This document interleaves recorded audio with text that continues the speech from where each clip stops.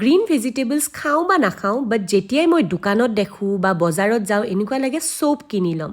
আৰু সেইদিনাখন আমিও গুচি গৈছিলোঁ আমাৰ ওচৰৰ পিলিংকাটা বজাৰ এইখন বজাৰ আমাৰ ওচৰত হয় বেলতলা মাৰ্কেটখনো ওচৰত হয় বাট এইখনত বেলতলা মাৰ্কেটতকৈ বহুত কমত বস্তু পোৱা যায় এই নেমুটো চাওকচোন কেনেকুৱা ডাঙৰ নেমু এনেকুৱা 5টা নেমু খালি 20 টকাত পাই আছিলোঁ এই কলফুলটো চাওকচোন কিমান ডাঙৰ এইটো কিবা 30 নে 40 টকাত পাই গৈছিলোঁ এনেকুৱা আৰু বহুত বস্তু আছিলে এইখন মাৰ্কেটত যেনেকুৱা পিঁয়াজৰ নহৰুৰ পাত তাৰপিছত ঔটেঙা বেলেগ বেলেগ ধৰণৰ নেমু ভেজিটেবলছ তাৰপিছত ফ্ৰুটছ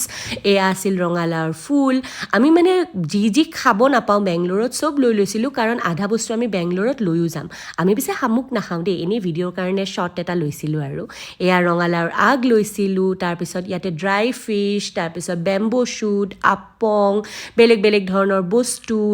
এয়া আছিল কঁঠালৰ গুটি আৰু লৈছিলোঁ অলপমান মাংসও লগত যিহেতু যামেই আৰু দুদিন পিছত বেংগলোৰ চ' অলপ ভালকৈ বজাৰ চজাৰ কৰি ভাবিলোঁ ঘৰত এসাঁজ খাম আৰু এইবোৰ বজাৰ কৰি আমি আহি গৈছিলোঁ ঘৰ আপোনালোকে যদি ভিডিঅ'টো চাই ভাল পালে তেনেহ'লে প্লিজ ছাবস্ক্ৰাইব কৰি দিবলৈ নাপাহৰিব